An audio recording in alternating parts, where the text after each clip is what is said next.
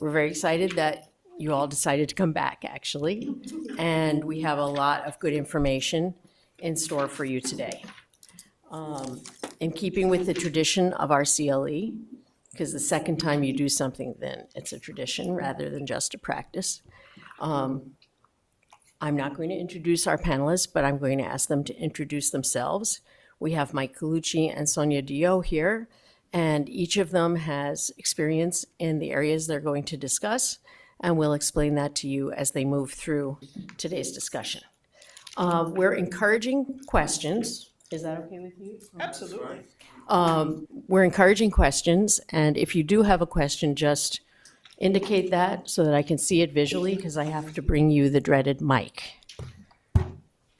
So I will sit down, and I'll be at the ready to come to you with the microphone if you have questions.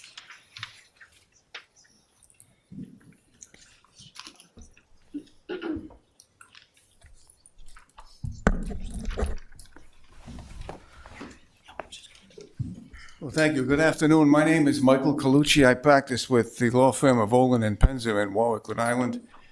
I also operate verdictshaper.com, which is a series of live lectures and discs on trial practice procedures. But today we're here in this continuing series on Section 1983. And as you mentioned, you're glad to see them back. If I had a program like this 20 or 30 years ago, I wouldn't miss a minute of it. This is really special. I've already seen the last time you met, you had some great lecturers, and there's more to come. And so please continue to show up, because it's really, this is really a treat to have this kind of program for us to attend. I'm going to speak mostly today on, we're here about 1983. Mostly what I will address is excessive force and false arrest by law enforcement personnel, which is most of what I've been doing. I hate to say it, over my 35 plus years of practice now. I want to start out by taking us back to the good old days. It ain't none of your business, or that drugstore lady's either. Now, I'm telling you just like I told her. My daughter ain't got no use for them things. Now, is that clear? Oh, yes, sir. That's clear, all right. Golly, couldn't get any clearer than that. Man, it'd have to be a dumbbell not to see how clear that was. All right, then. Good day to you. Well, Mr. Flint, sir... I've got no more to say about it. Now, get off my land. Okay, let me throw this out there. Why does any of you, just shoot it out, there's no right or wrong answer. Why do you think I said, let us take us back to the good old days? Anybody? Right, we're a little early. How about a good old-fashioned TV show? Maybe, was that what you're thinking? All right, well, let me share what I was thinking. Oh, go ahead. Well, they obviously actually knew each other. They knew each other at the onset of the conversation. Small And town. Nowadays, things are more anonymous and more, just not so much small town, even in a small town. Yeah. What did we see the farmer do, though? Demand that Say it again? Someone said he kicked the officer off his property. So when I hear that out there, that's exactly right. And if you go back from the days of the founders and not too far after that, federal government and the Constitution all put together, it was all to limit the power of the federal government. And in these days, and then if you ever see old movies from the 1800s, 1880s, it wasn't uncommon for cattle owners, landowners, to come out with shotguns and rifles and kick sheriffs and marshals off their property, because that was their property, okay? So in modern times, we don't want that happening, correct? We don't want gunfights and things between law enforcement and citizens. So we have this 1983, okay? If you don't like what the government did to you, you don't need to threaten them with a pitchfork or shoot at them to get them off your property. You can seek redress in a more civilized manner. hence section 1983, all right? And I'm not, all this material is covered in the materials that you have, especially Sonia's materials, which are very thorough. I'll go quickly through this first part because I want to get to a little more fun stuff. But basic elements of 1983. You have a defendant who acted under color of law, okay? That action deprived someone of a constitutional right, and then there was proximate cause. So you just can't have any old tort. You know, if we get into an accident, you get into an accident tomorrow with someone, you have the right to sue them in tort, ordinary civilian. Even if it's a police officer, let's say they were just responding to a call and you had an ordinary traffic accident.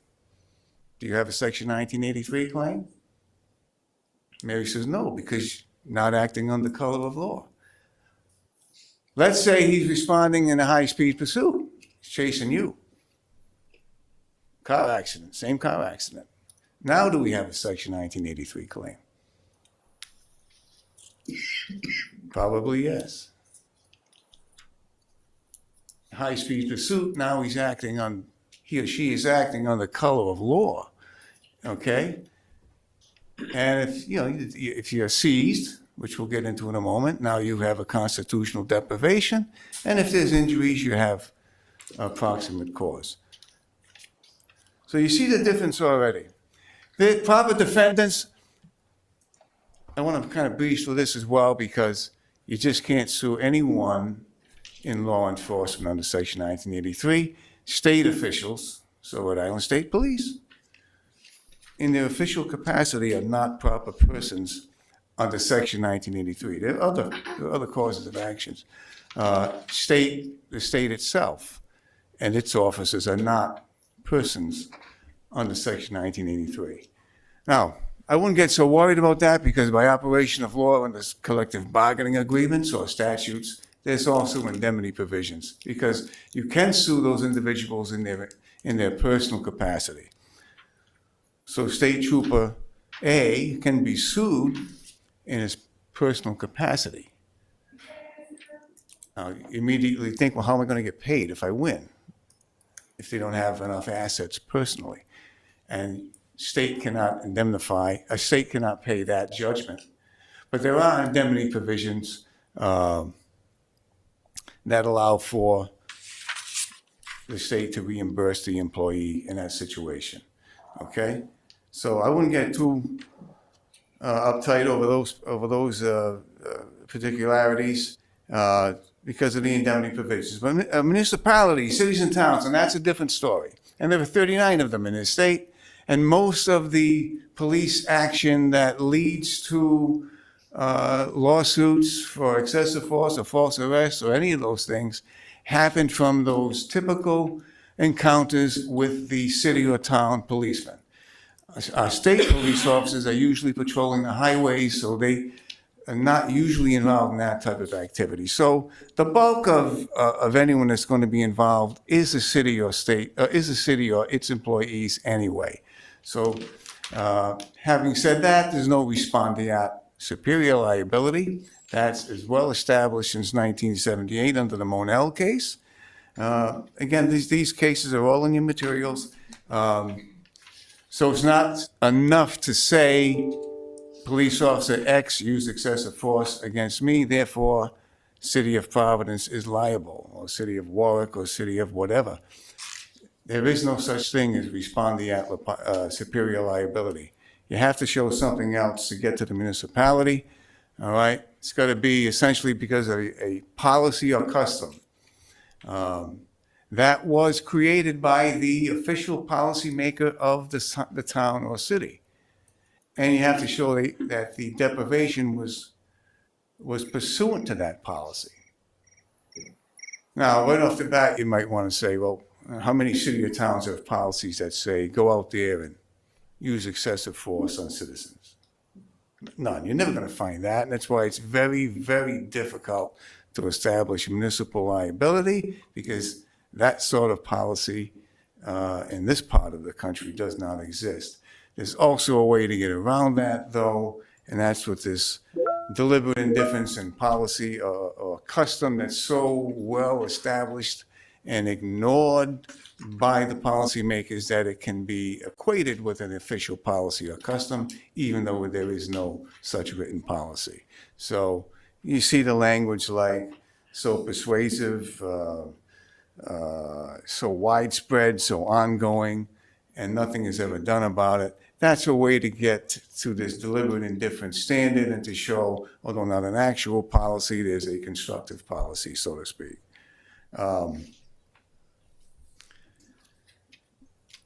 I want to really talk about what I think most of you want to hear about, which is the use of force.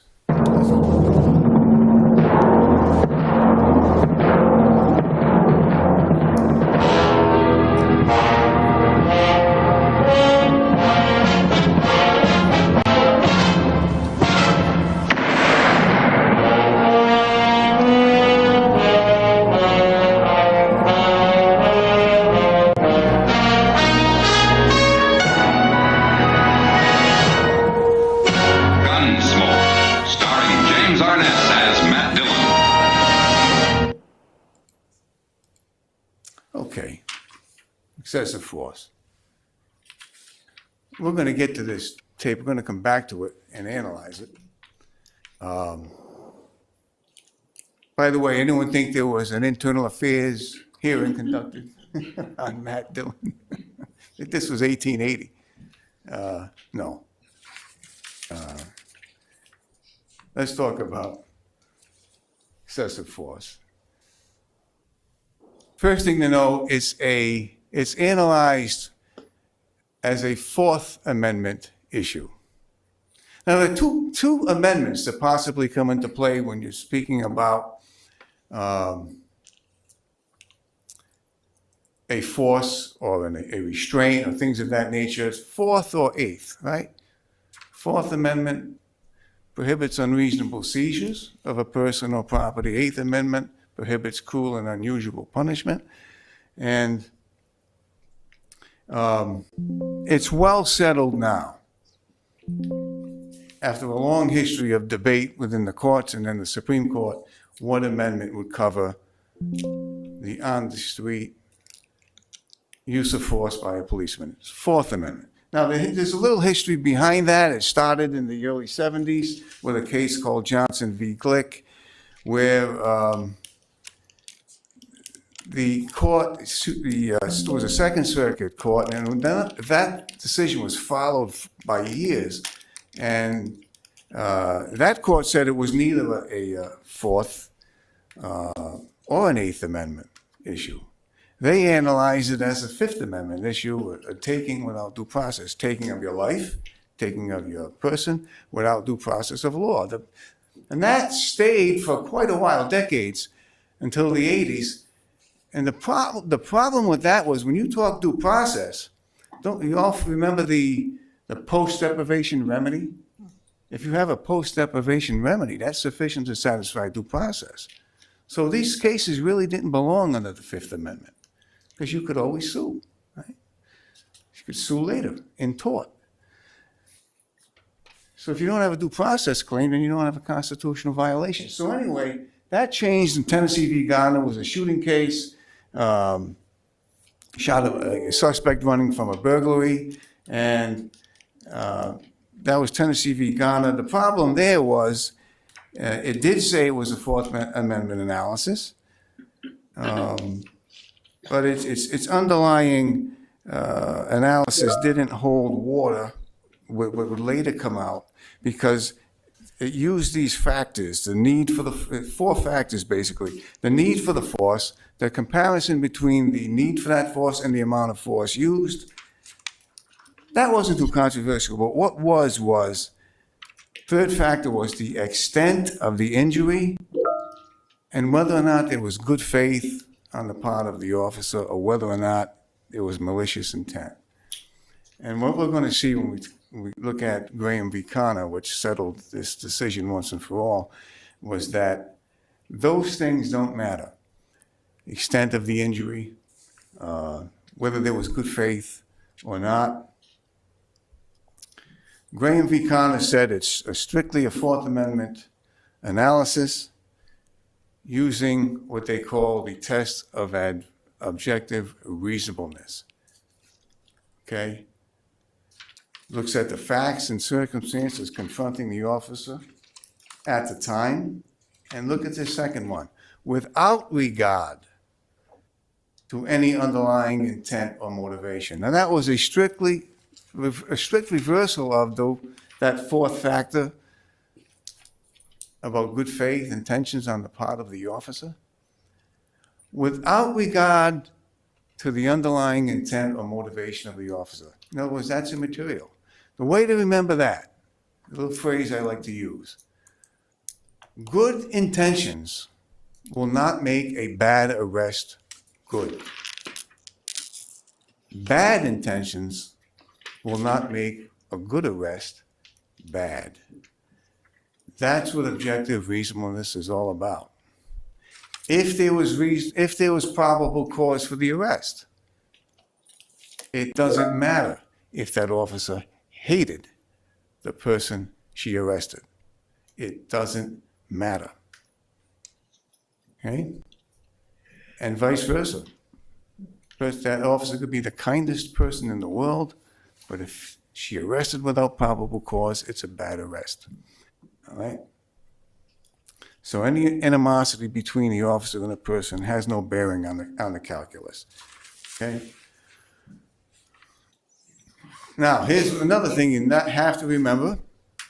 This is from Graham, 1989. These are the factors they used to determine whether or not there was objective reasonableness on the underlying action. Severity of the crime at issue, and by the way, it's not limited to these, but these are the factors most often used. The severity of the crime at issue. Whether there was a immediate threat of harm to the officer or others in the area. Okay? Whether the person was actively resisting or passively resisting. Okay? And this is all language out of the Graham case, by the way. And look at the last one. Must be judged. It must. They don't say may. This is the Supreme Court saying must be judged from the perspective of a reasonable officer on the scene and not with a 20/20 vision of hindsight. Okay?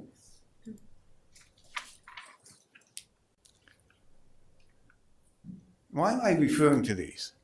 This is what your jury instructions look like. Those have to be given.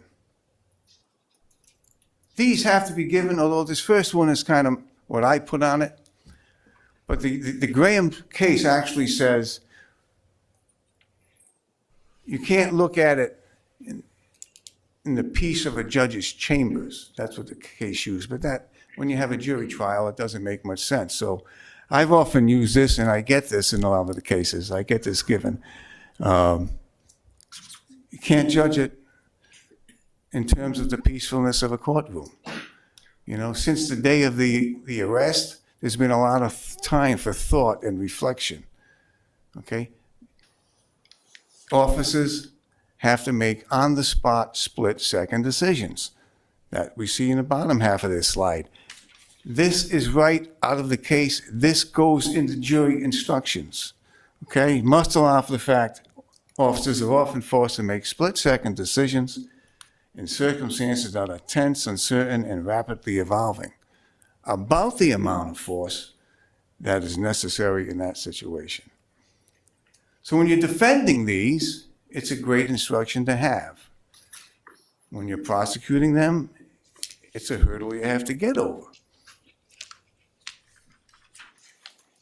Great instructions. I had an off-duty case a couple of years ago, off-duty, out-of-jurisdiction shooting case. I tried like hell to get these instructions. I couldn't get them. Judge was correct. I still had to try. I couldn't use not a one of them. Had to go with ordinary Joe, self-defense. Fact that he was a policeman made no difference. He was taking police action, made no difference because he was out of jurisdiction. And in the state of Rhode Island, an officer has no authority outside of his or her jurisdiction unless they've been requested by the host town to come on in and help. All right, so Graham v. Connor is the case you have to know. Those factors, again, it's in the materials. That governs use of force analysis. And they go to the jury instructions. Now, depending on the judge you get, if you get a more left-leaning judge, they still have to give these instructions. They may read through them real quickly, though. I'll tell you that. You know, and they may not emphasize certain things that I'd like emphasized. So you have to do that in final argument. And vice versa. You get a right-leaning judge, they'll read these nice and slow, and they'll emphasize on-the-spot decision-making, no 20/20 hindsight. So, but you still get the instructions one way or another. So with these factors in mind, let's take a look again. It's all cool. Don't worry. It's all cool. Not again. This is some body-worn camera from a case. We'll look at it and then analyze it a bit on the gram. It's all cool. Take a pen.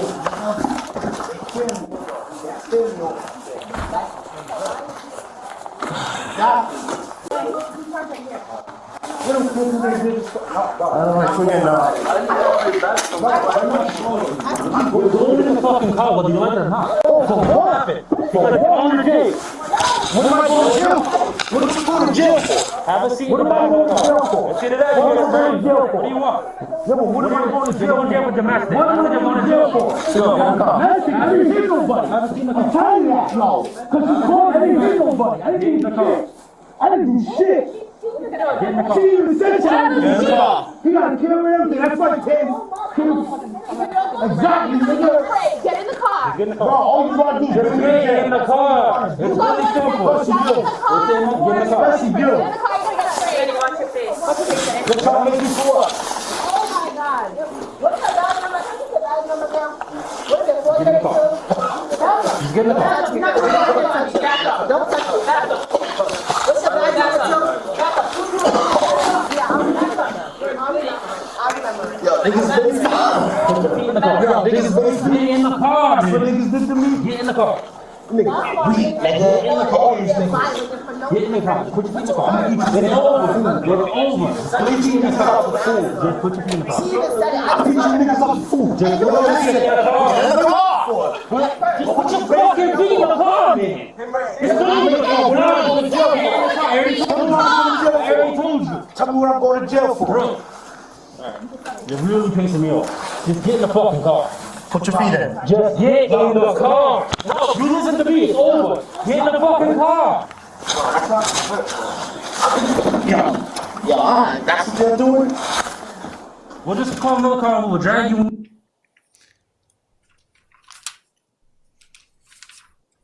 Okay.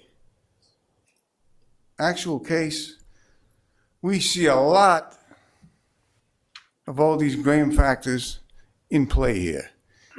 You may have seen some pepper spray, seen some pushing and shoving, seen some language. By the way, personal animosity, immaterial, right? So get in the effing car, all that stuff means nothing. But we see pushing, we shoving, we see pepper spray. Graham factors, severity of the crime. Let's take a look at this. See how it all plays out. The severity of the crime and issue that they were there to investigate, you wouldn't know it was domestic violence. Okay? Felony, right, Mary? Not felony oftentimes. This one was a felony.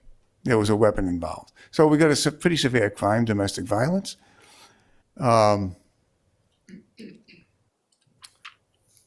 Whether the suspect posed an immediate threat to the officers or not, well, right here, he's in handcuffs, correct?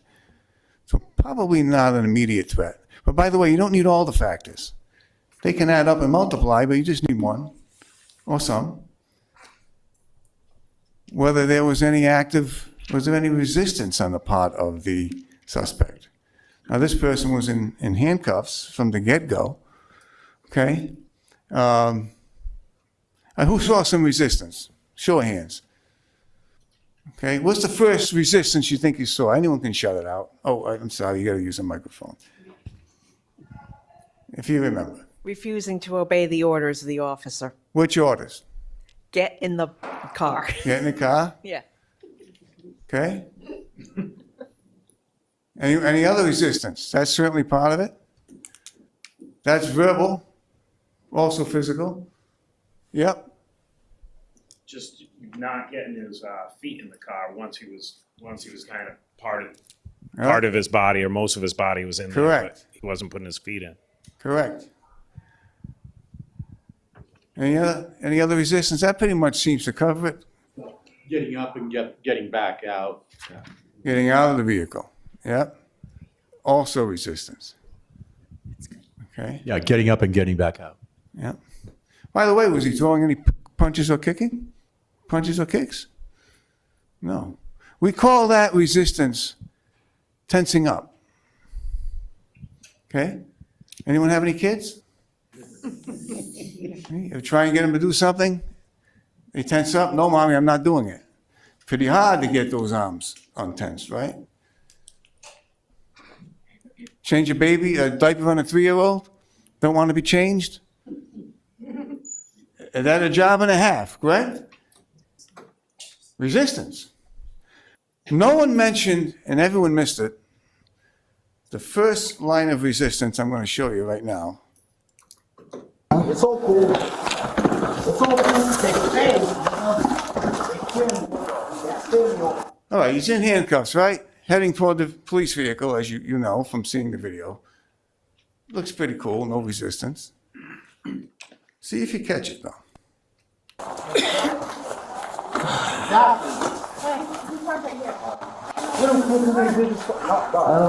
Uh-oh. Where's the police car? That way. All right.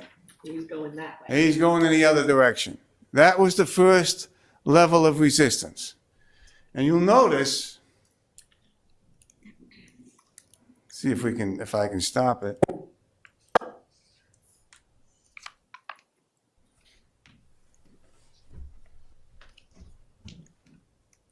The officer does to his hand. You might not be able to see it. It's this. Takes it from a normal position, puts it into what they call a chicken wing. A little painful. It's a compliance technique. So that was resistance. The officer spotted it immediately, because this is a good officer, and used a relatively low-level pain compliance technique. And then you saw the rest. They go to the vehicle. He won't get in. You all saw that. The pepper spray, you might have heard the policewoman even give him a warning. Stop, stop, I'm going to spray you, right? To no avail. So even with video, you can miss a lot. Wouldn't, it's all cool. Don't worry. Oh, let me get off that. Can I ask a question? Yep. Wouldn't you need to see even before you started this? Because if they just went into any old apartment and grabbed someone, that wouldn't be the same resistance, right? We don't know what happened before. Yeah, correct. Guilt, we'll get to this shortly, but guilt or innocence of the underlying crime is immaterial. There's another case, Rhode Island case on that. So let's say they got the wrong, you're saying he wasn't guilty of anything? If the police just kicked in the door and grabbed him to pull out, Yeah. would he be resisting? I mean, he's resisting arrest, but it's not the same. There wasn't an underlying. Well, that's theoretical. It's this case, that isn't this case. But if you're illegally arrested, you must go peacefully. You can't resist that unless it's excessive force being used on you. Okay, thank you. Okay? So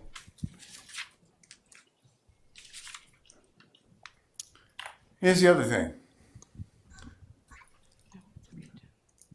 The focus, it kind of goes to your question, maybe you anticipated this. The focus is on the significance the officer places on the act perceived to be threatening or resistance, not what the suspect actually intended, okay? So if I approach you on a crime scene and you pull out a toy pistol and shoot it at and aim it at me, no intent to harm me, correct? It's a toy pistol. Let's say it's black in color and it's at nighttime. I'm the responding officer. How do I perceive that threat? That's what matters. Haggerty versus Somerset County. I try to use First Circuit cases when we're not using Supreme Court cases. So it's the significance the officer places on the perceived threat, not what the suspect actually intended. Can I ask a question in response to that? Yes. So, I mean, insofar as this is about what it's a case against an individual officer, it's a test of what the officer perceives. It's a case that's presumably being brought by an individual plaintiff. You know, in a lot of these situations, you have a person who's being arrested who is surrounded by 5 or 6 different officers who might be saying all sorts of different things to that officer. Aren't instructions in that context given by any officer other than the arresting officer immaterial? I think I know what you're asking, and that's coming up in about 3 minutes. Okay? And if I don't answer it, make sure you get that mic back. It's called bystander liability, and that is coming up. Okay? I just want to round out this series.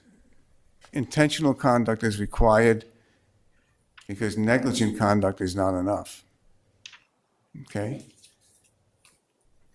Negligence is not enough to sustain a 1983 violation. You have to have intentional conduct. So can I ask a question about that? Yes. You mentioned that there was some resistance, the officer went to more of a chicken wing hold.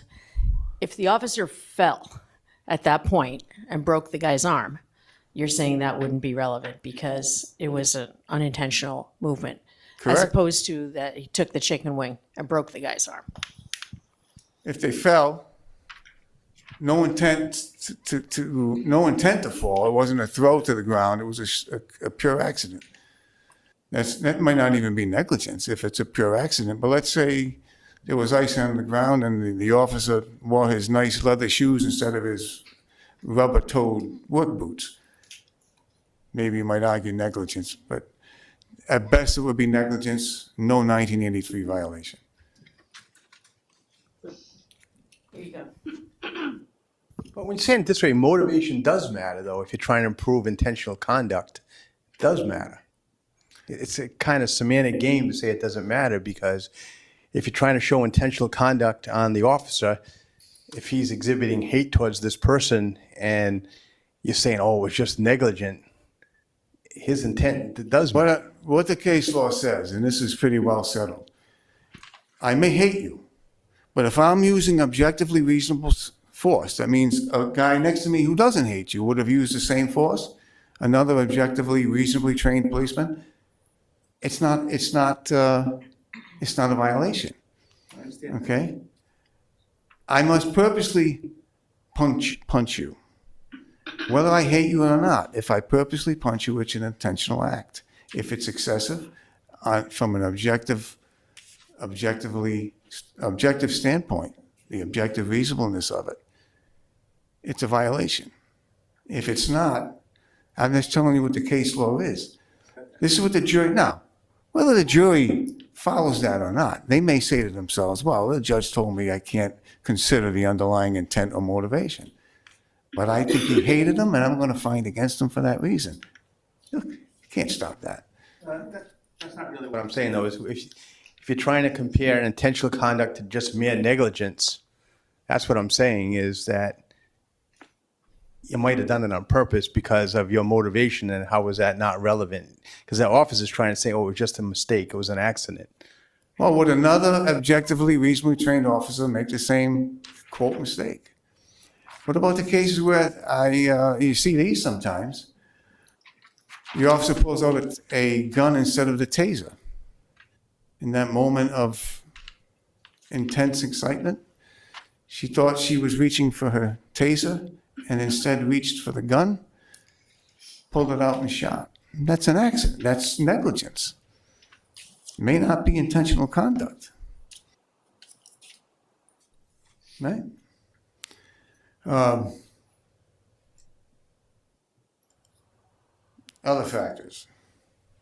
We know an officer is privileged to use force to make an arrest. That's even state law.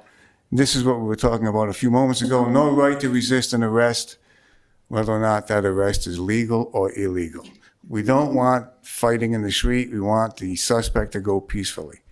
Yet there's an exception to that. Suspect can resist the use of excessive force being applied to his or her body. Okay, so default position is no right to resist an arrest, whether that arrest is legal or illegal. There is one exception. You can resist excessive force. Okay?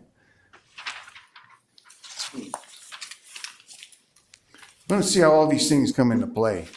Some more slides I'm going to show you. Let's go back to our friend Marshall Dillon. Okay? Oh.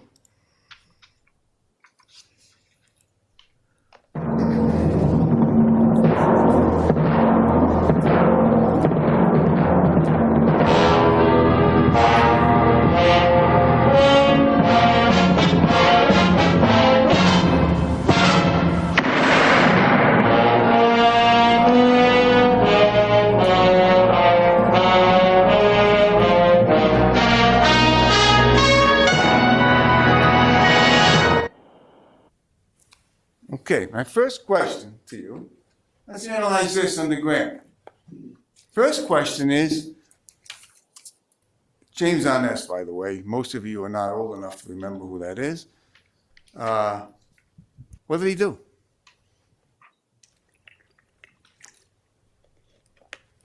Anyone want to guess?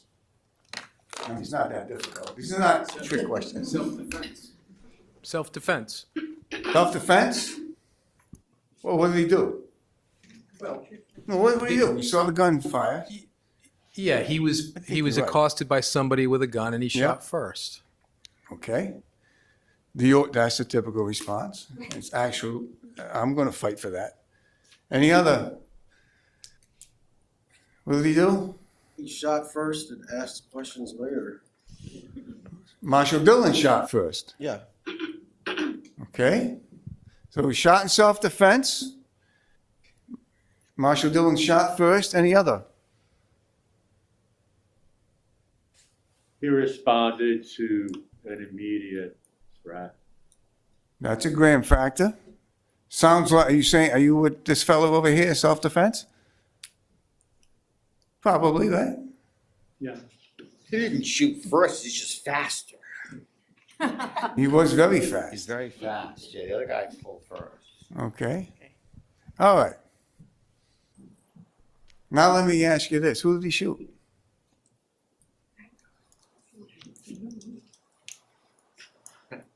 Where did he hit him? Was the guy still there? We don't know, do we? You see how, this is what, I want to kind of get into a side issue about the limitations of video evidence. I can tell you of my years of experience doing this, where video has been at play, which should be since cell phones have been in play.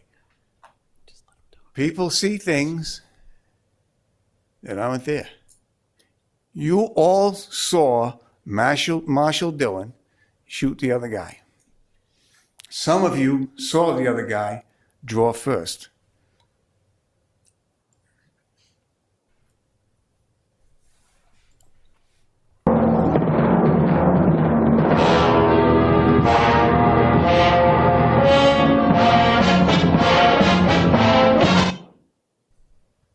What is the other guy holding?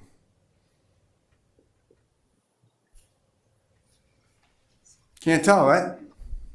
We all see, if you had to answer a test, you say the other guy's holding a gun, or at least has one strapped to his thigh in a holster. Do we really see that? No. Okay.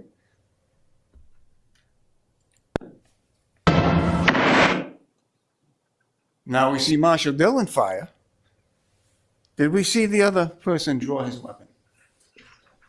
Yep. Most of you probably thought Marshal Dillon was firing in self-defense. We would certainly argue that, but again, there was no internal affairs investigation on this incident. You can take my word for that. 1882 this was. But we thought we saw the other guy draw his weapon. Right? You said self-defense. Everybody says that. Okay? Limitation of video evidence. You think you see things that you don't even see, that are not there. Let me show you another one. Let's go back to our old Bonnie Fife and the farmer. And I'm going to ask you in this one.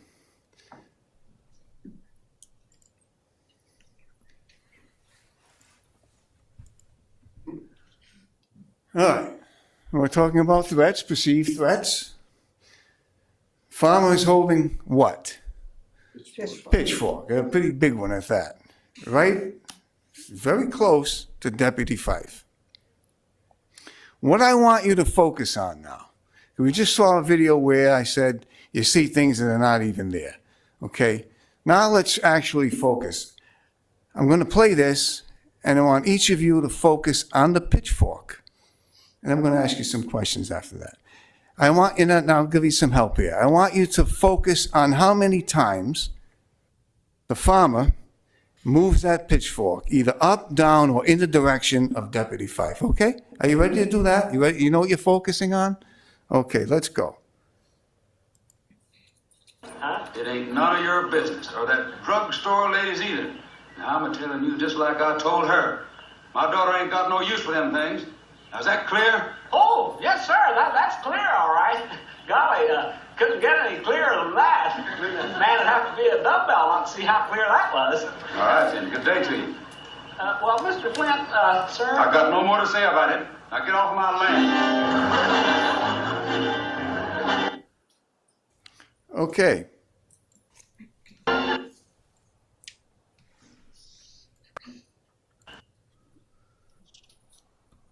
Focus on the pitchfork. See how many times he moved it up, down, or toward the officer? Okay. Now let me ask you this.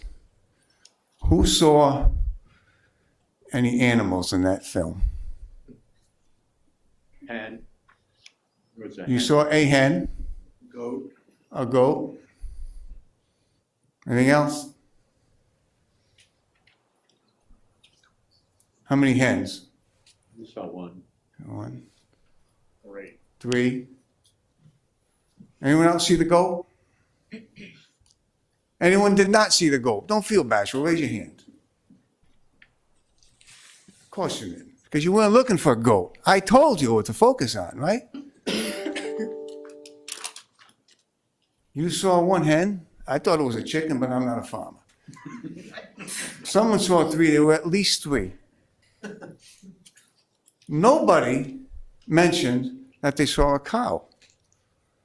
I don't know what the cows weigh, 400 or 500 pounds. No one saw a cow. No, I'm not kidding you. Let's watch.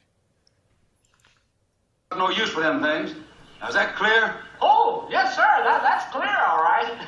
Golly, couldn't get any clearer than that. Man would have One hen or chicken. to see how Another clear one. that was. All right, then. Good day to you. By the way, this goat has been here the whole time. Oh, you can't see mine. Yeah, we can see it. You can see the pointer? Goat's been there the whole time. Well, Mr. Flint, sir. I've got no more to say about it. Now get off my land. And there's Bessie. So Mike, I'm going to do a time check. 43 minutes. Yeah, a couple minutes. Yeah, absolutely. All right. Bystander liability. The bystander officer there has to be excessive force. The bystander officer must know about it and must be in a position to do something about it. Okay? So if it's one quick, one punch, you can know about it, you can see it, but there was no opportunity to stop it. That's bystander liability. Okay? Unreasonable seizure, false arrest, the other thing I want to cover, makes no difference whether the person was innocent or guilty. Okay? That's our law, black letter law, state of Rhode Island.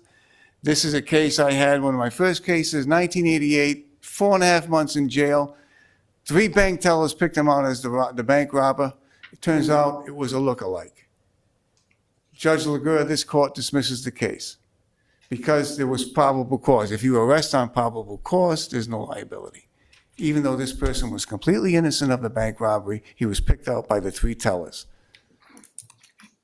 He had a checkered past. Don't feel too bad for him, by the way, but that's why he was a suspect to begin with.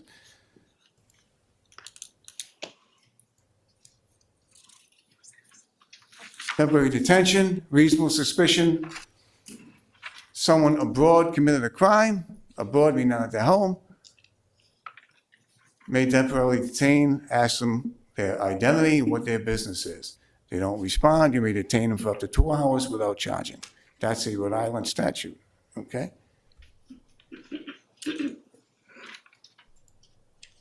And what was this last video again? Oh, this one's quick. Why, you dirty, rotten murderer. Murder? They didn't have a chance. No. Nobody I ever met has. But now people begin to know that Joe Delk's in town.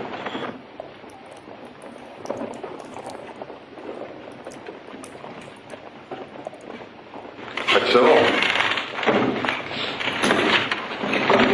I never heard of Joe Delk. Maybe not, mister. But you've seen what he could do. What happened here, Kitty? I'll tell you what happened, mister. It was crowding me, same as you're doing right now. It's Marshall Dillon you're talking to now. Oh, Marshall Dillon, huh? Well, I don't mind eating a Marshall now and then. Kitty, what happened? Well, the kids drew first. Both of them. It must have been real easy for a man like you. Real easy, Marshall. It's kind of fun, too. Taking my time that way. Give me my gun! What are you doing? You're not gonna need any gun where you're going, mister. There's the door. Get outside. You got no right. Get going. Take this. Yes, sir. Keep everybody inside. Yes, sir. I don't get this. All right, everybody Just stand back.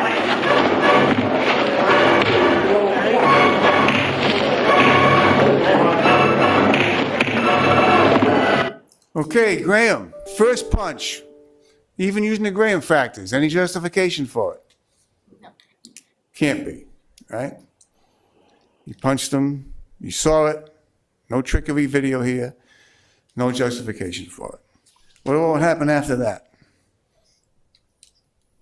Excessive? Sounds like. I'll say? Yeah, I'll say, you say? What happened outside? Who's hitting who?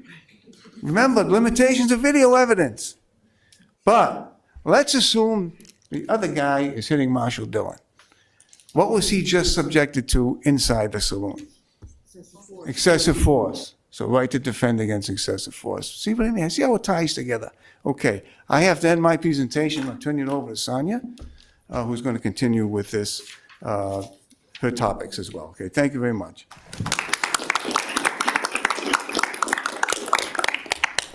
Let me get Sonia's point up here.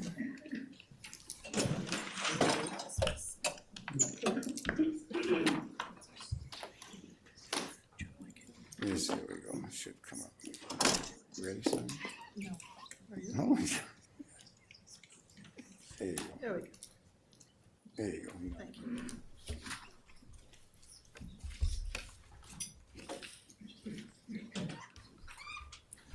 All right, well, good afternoon. I am Attorney Sonia Dio. I do not do many of these police brutality actions, so I won't be talking to you about that. Basically an employment discrimination lawyer.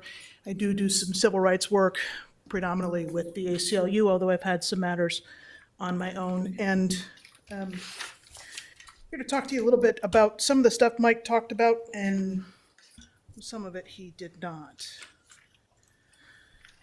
All right, so why do we have 42 USC 1983? It is not about police brutality. The reason we have this is it follows the Civil War and the enactment of the 13th, 14th, and 15th Amendments. It was the only way that Congress felt that those laws could be enforced.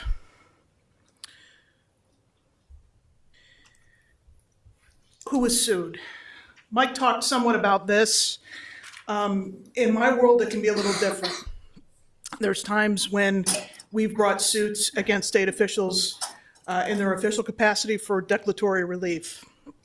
So you could have a situation where, per se, you feel that a law is invalid as it applies to a group, and you might file a suit that way versus suing actually for damages. All right. One of the things that's interesting coming out of this district is this idea of a John Doe defendant in these 1983 cases. What you need to know is that where Rule 15C might allow you to ordinarily relate back, in the context of these matters with a John Doe, the circuit and frankly, most of the courts that have addressed this say that that is not the case. And so that's pretty draconian. If you're filing a suit and you don't know who everybody is and you're filing it on top of a statute of limitations, that is certainly something you need to pay attention to. There is a doctrine of equitable tolling. What does that mean? Essentially, if I am sending out discovery, if I'm trying to do depositions, if I'm trying to do X, Y, and Z to figure out who these officers are or who these individuals are, and I can't figure it out, the court might toll it for me. Might. All right. One of the things that comes up in my practice when I'm dealing with individuals who are municipal or state employees with their employers is sort of this First Amendment issue. I raise it, I think, in part, it's very important for what's going on right now politically with us, I think as a nation. But also in this context, there are plenty of times where I've represented officers or other individuals who have made comments about what's going on in their departments, made comments about what's going on politically in the city, and ended up at a place where they're being disciplined. And so there's sort of these cases that deal with this. That's everything that follows from Garcetti. But what you do need to know is that when the courts are looking at this, they're looking at the content of the speech. Is it a matter of public concern? If I'm complaining that I'm not getting the correct shifts at my police department, that is not going to be protected. If I'm complaining that the chief of police is stealing millions of dollars, that might be protected. Time, place, and manner. Generally speaking, you want an individual that is making these sort of comments or statements outside of the place of employment. Does the speech disrupt the employer's ability to provide services? You don't want somebody who is, for example, a police officer talking to the body during the workday about these sorts of things, and it may weigh towards them being allowed to be disciplined or terminated. And then you've got whether the employee's interest in free speech outweighs the employer's interest. One of the things that is not here, and I don't know why I left this out. Oh, I didn't, I skipped over it. There's no protection for speech that you're making that's a part of your job. So if Mike here is a cop, and it's Mike's job to talk about another police officer he arrested doing something within the scope of his job, he doesn't get protection for making that speech. It's the same thing where you have somebody who might be an auditor. Like, for example, I had one of these, an auditor for the state of Mass, who was making statements about how they felt funds were being misappropriated. That was not deemed to be protected speech because it was something they were supposed to do as a part of their job.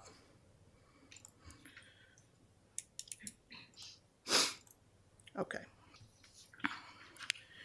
Just very briefly, you know, we've got these other amendments, I think that two of which Mike talked about. Second Amendment, obviously, there's cases about the right to have and bear arms, and those are fundamental rights, apparently, that can be restricted. In a couple of weeks, you'll have people coming in talking to you about Eighth Amendment prisoners' cases. So I'm not going to touch on that. But what I do want to talk about is sort of this equal protection thing. No state shall make or enforce any law which shall deny to any person within its jurisdiction the equal protections of the laws. That is how, in many instances, we're able to enforce sort of these constitutional rights that come back, in my instance, mainly for employees. What are we looking at? Is a person a member of a protected class?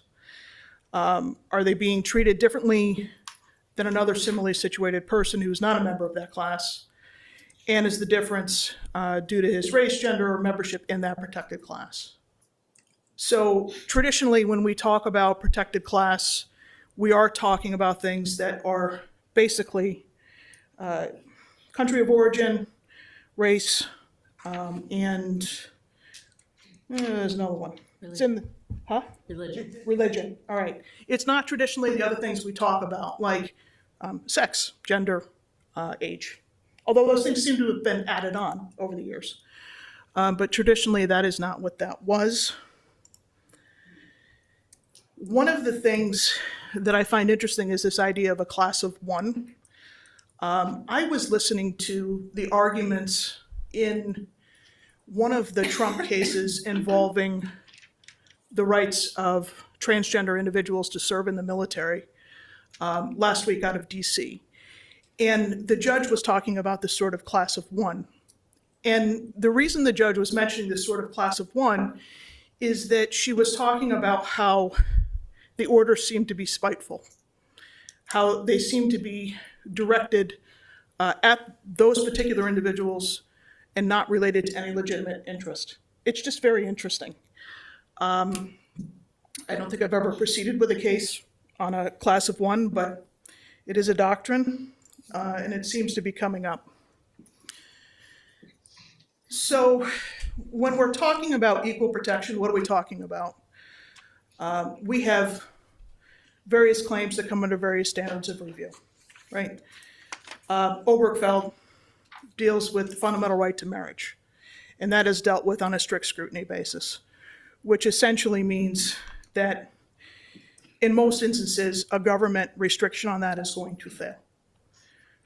We have this sort of rational basis test, and that is when you've got a law that has some sort of rational relationship to a legitimate government purpose, not a fundamental right. For example, it might be something that regulates, I don't know, say zoning. I could come up with 1,000 things that would come into rational basis. There are things that might impact your ability to make a living, the fact that you have to go get a license to do something. Any of those sorts of things might come under a rational basis. The last thing is a sort of intermittent scrutiny thing, which I think bears discussion at the moment. One of the classes that has traditionally been dealt with under this intermittent scrutiny standard is sort of gender. And I think that what's going on right now, if you look at the courts, is this question whether that is still the standard that applies to gender or not. Now, Bostock is a case that came up under Title VII. And in that case, the Supreme Court essentially said that if you are gay or lesbian or transgender, that those are things that are because of sex. And if you're terminated for those reasons, you're being terminated because of sex. So what's happened following that, and that was a 2020 decision rather, this has come into question, whether this remains intermediate scrutiny as far as gender is concerned, or if it's something that's now a higher level of scrutiny.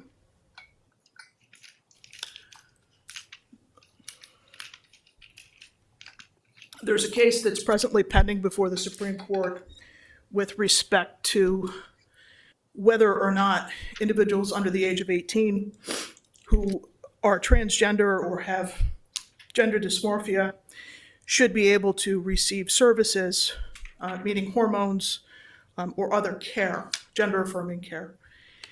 And this whole principle that I'm talking about with Bostock, as well as this intermittent scrutiny of gender, is all part of what's coming up there, and it will be fascinating. That was argued, I think, a number of months ago. So we should be getting a decision here pretty soon. If I had to make a prediction, they're not going to decide that case on sex. They're going to decide it on age. They're going to decide it on something else, but we'll see. Okay. So this is all stuff I'm going to tell you before I started preparing for this that I did not understand even existed, okay? And I think the reason we don't worry about what I'm about to talk about is because we have really good state laws here that provide a lot of protections to individuals, so we don't have to fall back on 42 USC 1983 to preserve our rights. So when a court is looking at a particular statute to determine if an individual can make a claim under 1983, one of the things it is looking at is whether the statute even gives the individual a private right. So if the statute seems to maybe give a benefit to the person or that particular class of people, sets forth some standards for how that might apply, and is mandatory, it might allow you to get an action under 1983. And that is what's set forth in the Blessing case. However, and this is very recently, instead of having all three of these factors apply, we had the court come back and say, no, we're not going to do that. We're going to look at the statute. Even in Talbesky, it was a case involving a spending clause power, particular pertaining to a nursing home, and decide that if it really appeared from the statute that there was a private right, that you would be able to proceed with that. This is a major break from what we've had before, and says that, you know, all of these blessing factors aren't mandatory, but it should just be the overall part of it that governs. So this is what I found to be really, really neat, what I got doing this. You can actually have a statute that is drafted that puts forth a remedy that's so strong that it precludes you from bringing a 1983 claim. I had absolutely no idea that this was possible. Basically, the statute would have to have such a comprehensive enforcement scheme that giving an individual right under 1983 wouldn't make sense. Again, I suggest to you, after doing this 25 years, that the reason I didn't know that is because we don't need to do it here, right? Okay.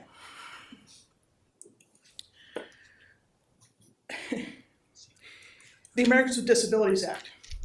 I would have put money on the fact that I could have brought an ADA claim on behalf of an employee of one of the municipal governments, and if needed, also brought a claim under 1983, saying that they were being discriminated against on the basis of their disability. And I never would have thought I couldn't do that. The fact of the matter is that the courts are split. The First Circuit has not been clear on that matter. But there are many courts out there that say you can't do it because the ADA covers that whole area. Why does that matter? So there are things I have to do from an administrative standpoint to bring a claim under the Americans with Disabilities Act. Lynette, what are those things I got to do? Oh, I can't tell you. No, you have to file individual claims. So I have to file a claim with either the EOC or here in Rhode Island, the Rhode Island Commission for Human Rights. I have to wait a period of time for that claim to pen there. I think it's 180 days. I always get it wrong, but whatever it is. Or I have to wait until I get a right to sue letter, which sometimes happens before that, particularly if I'm dealing with the EOC. Then I can go to federal court and I can file that claim.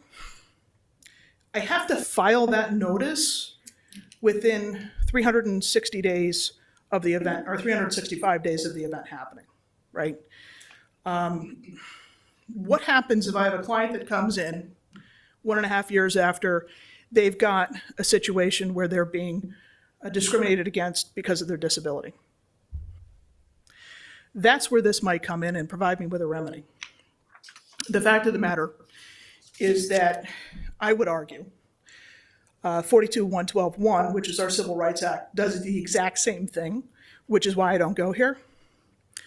But I can see where I could end up here, particularly if there becomes some decision that comes down and says our Civil Rights Act does not cover all of the things that are covered within the ADA.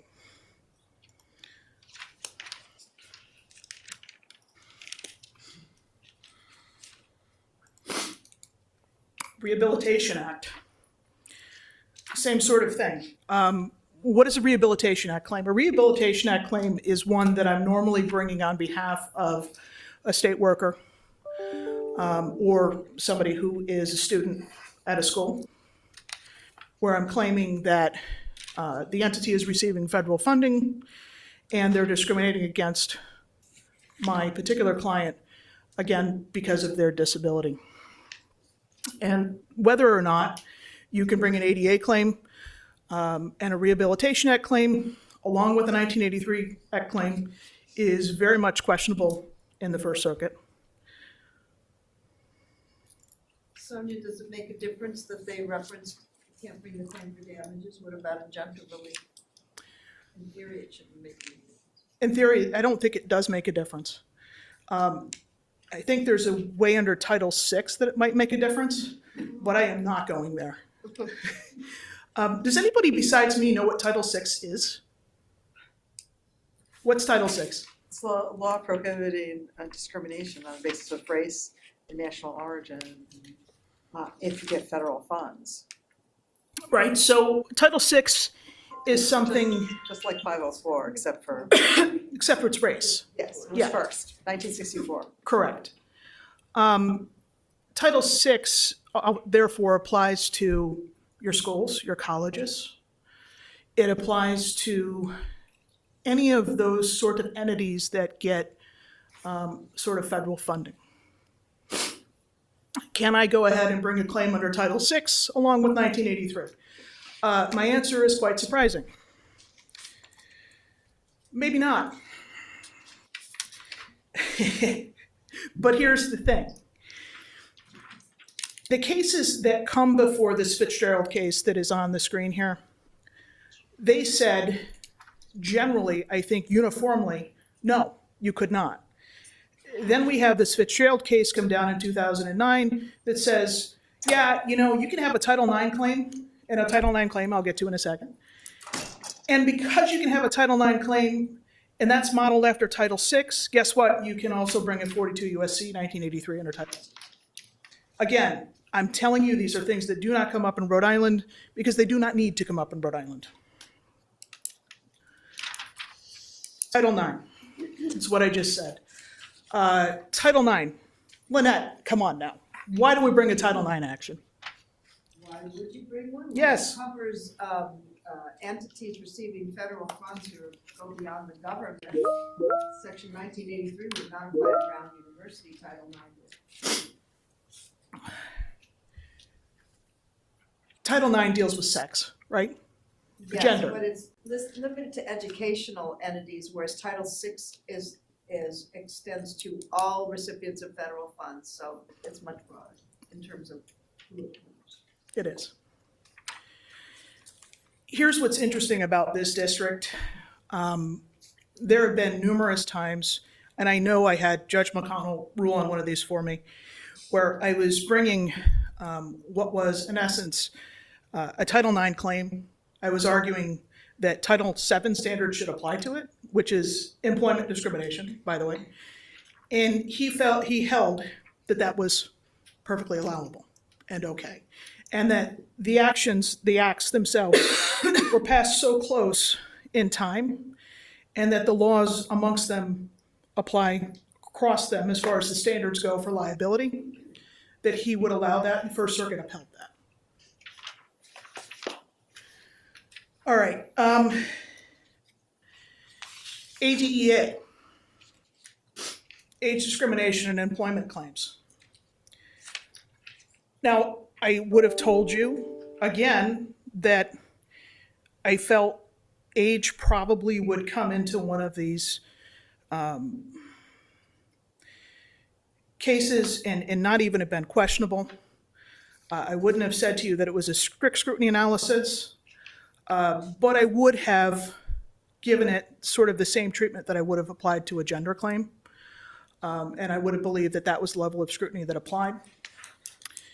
All of that being said, it is entirely unclear if I can bring an age discrimination claim along with a 1983 claim in the First Circuit. Again, a lot of the courts have changed their analysis after that Fitzgerald's case I showed you earlier. But just to be perfectly clear, it's an open question as to whether or not you can do that. Title VII. I would have gone to the bank and told you that you can bring a 42 USC 1983 action with a Title VII action. I cannot tell you the number of times that I have done that. I'm also going to tell you that I'm not certain that you can. At least not if the facts that support your 1983 claim are the exact same facts that support your Title VII claim.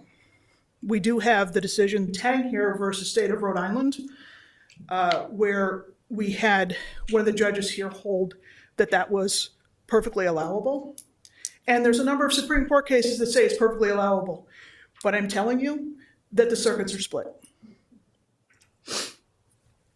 Okay. Can I ask you a question, Sonia? Sure.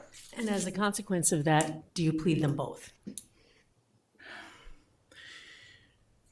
So here's the thing, and this is what I was going to say right here. Oh, there you go. I think the answer is maybe, right? So one of the things that Section 1983 does is it allows you to get beyond damages cap with Title VII. And that's a big deal.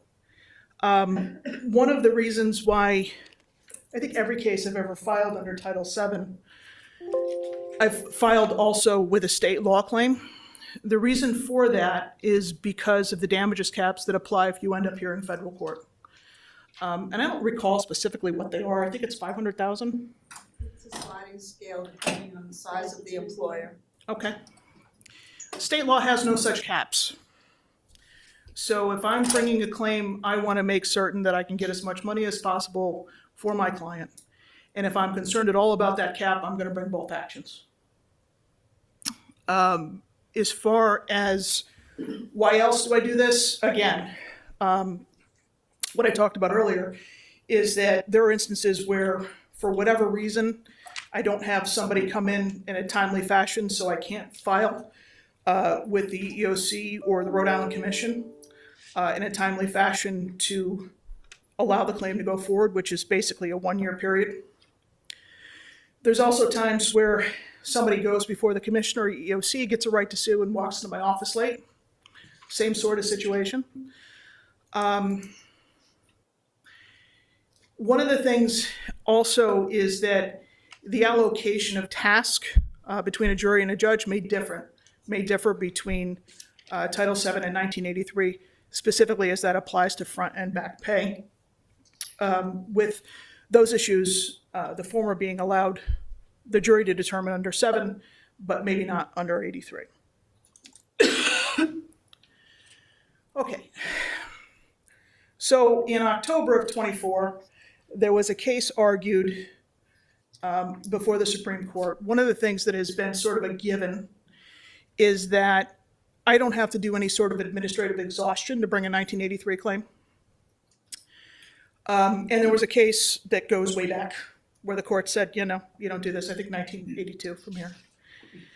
The Alabama, I think it was Secretary of Labor, decided, no, when it comes to state law, you have to have administrative exhaustion or you're not able to bring the 1983 claim forward.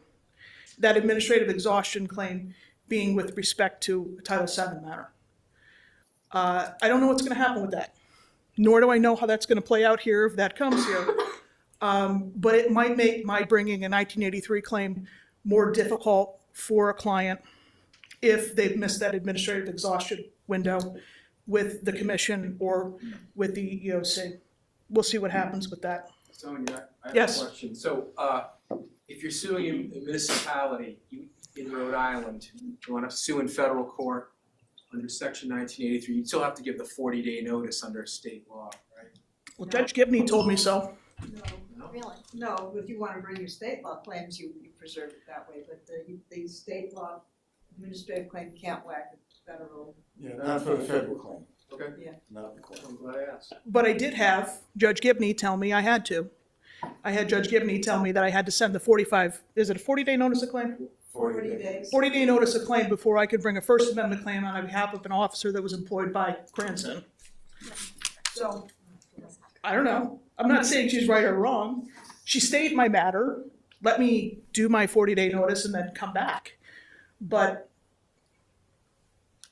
Well, one of the values, I guess, of Title VII for the municipality is, if you're suing them under 1983, you need Linnell, but you don't under Title VII. The employer is responsible for the actions of the decision maker, but they wouldn't be necessarily if it was a one-off decision by somebody who fired someone and it wasn't the part of the custom policy or usage of the city, so.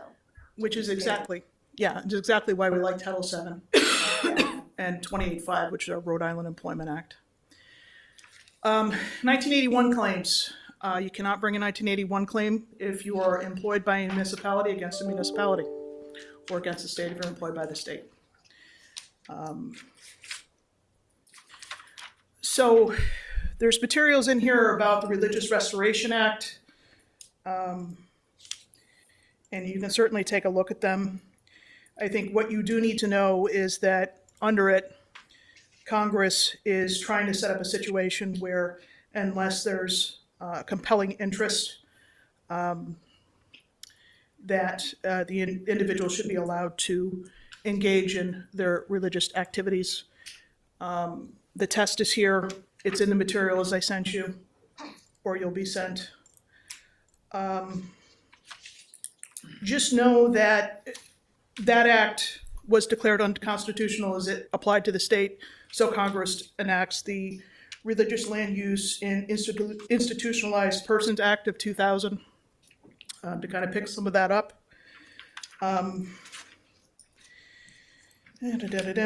Other issues, there's materials here about malicious prosecution. We just had a great decision come out from Judge McElroy addressing all of the factors for malicious prosecution under both state and federal law. And that's here. The difference between the two, actually, that you've got to prove that it's malicious under state law, not so much under federal, which is weird. And the last thing I was asked to touch on is sort of Bivens.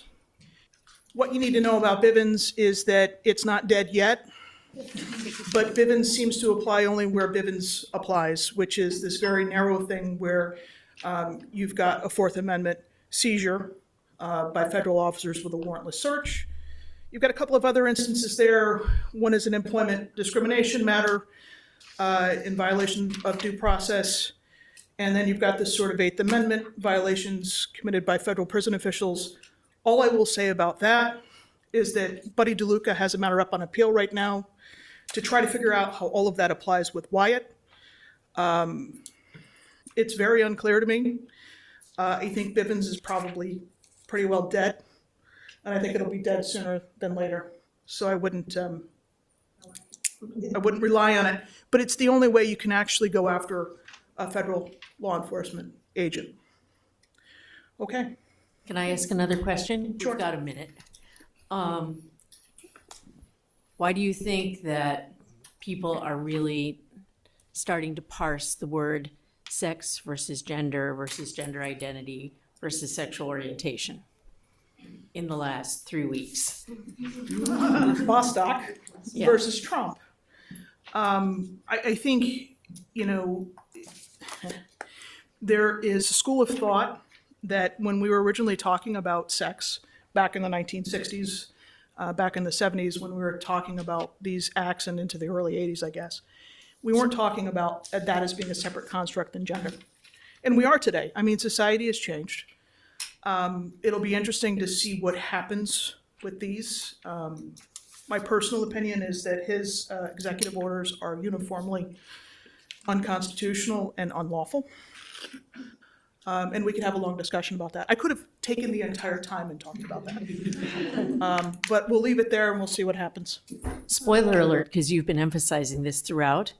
In state law, sex, gender, gender identity, and sexual orientation are all included in our anti-discrimination laws under the state law. So people have been freaking out, to me, a lot the last 3 weeks about the lack of defense of gender identity, for example. And I've said, okay, that's problematic. But as to, for example, students in the schools in Rhode Island and employees in Rhode Island and so forth, we have a much more specific anti-discrimination law.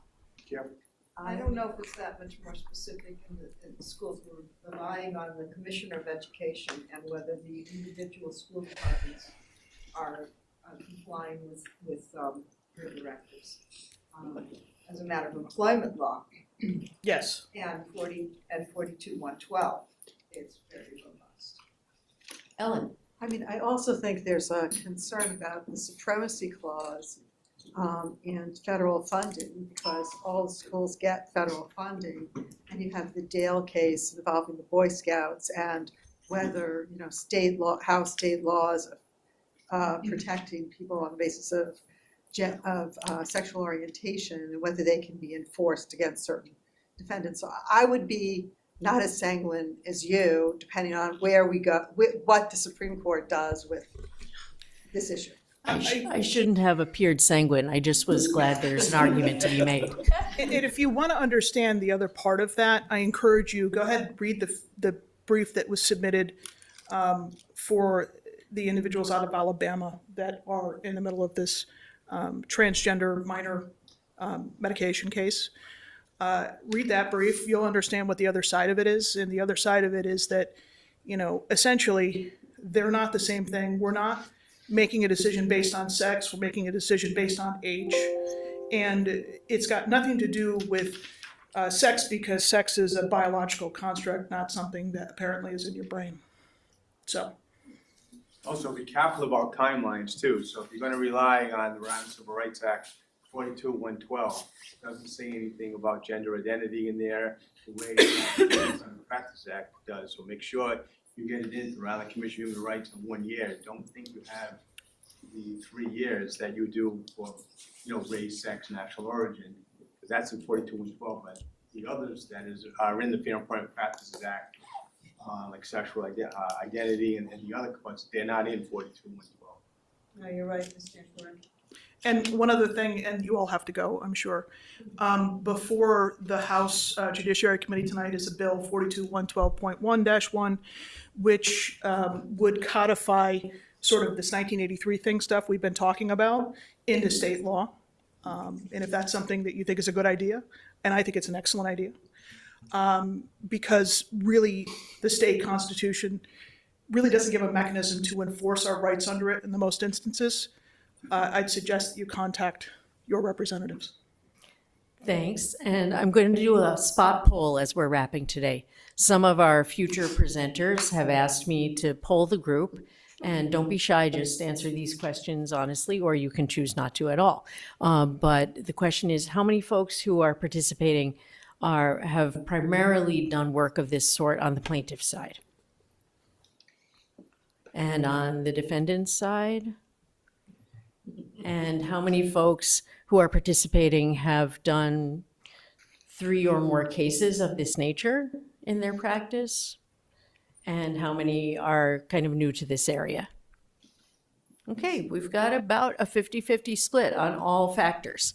So thank you very much for being transparent with that. It just helps our presenters know what level to enter with you next time.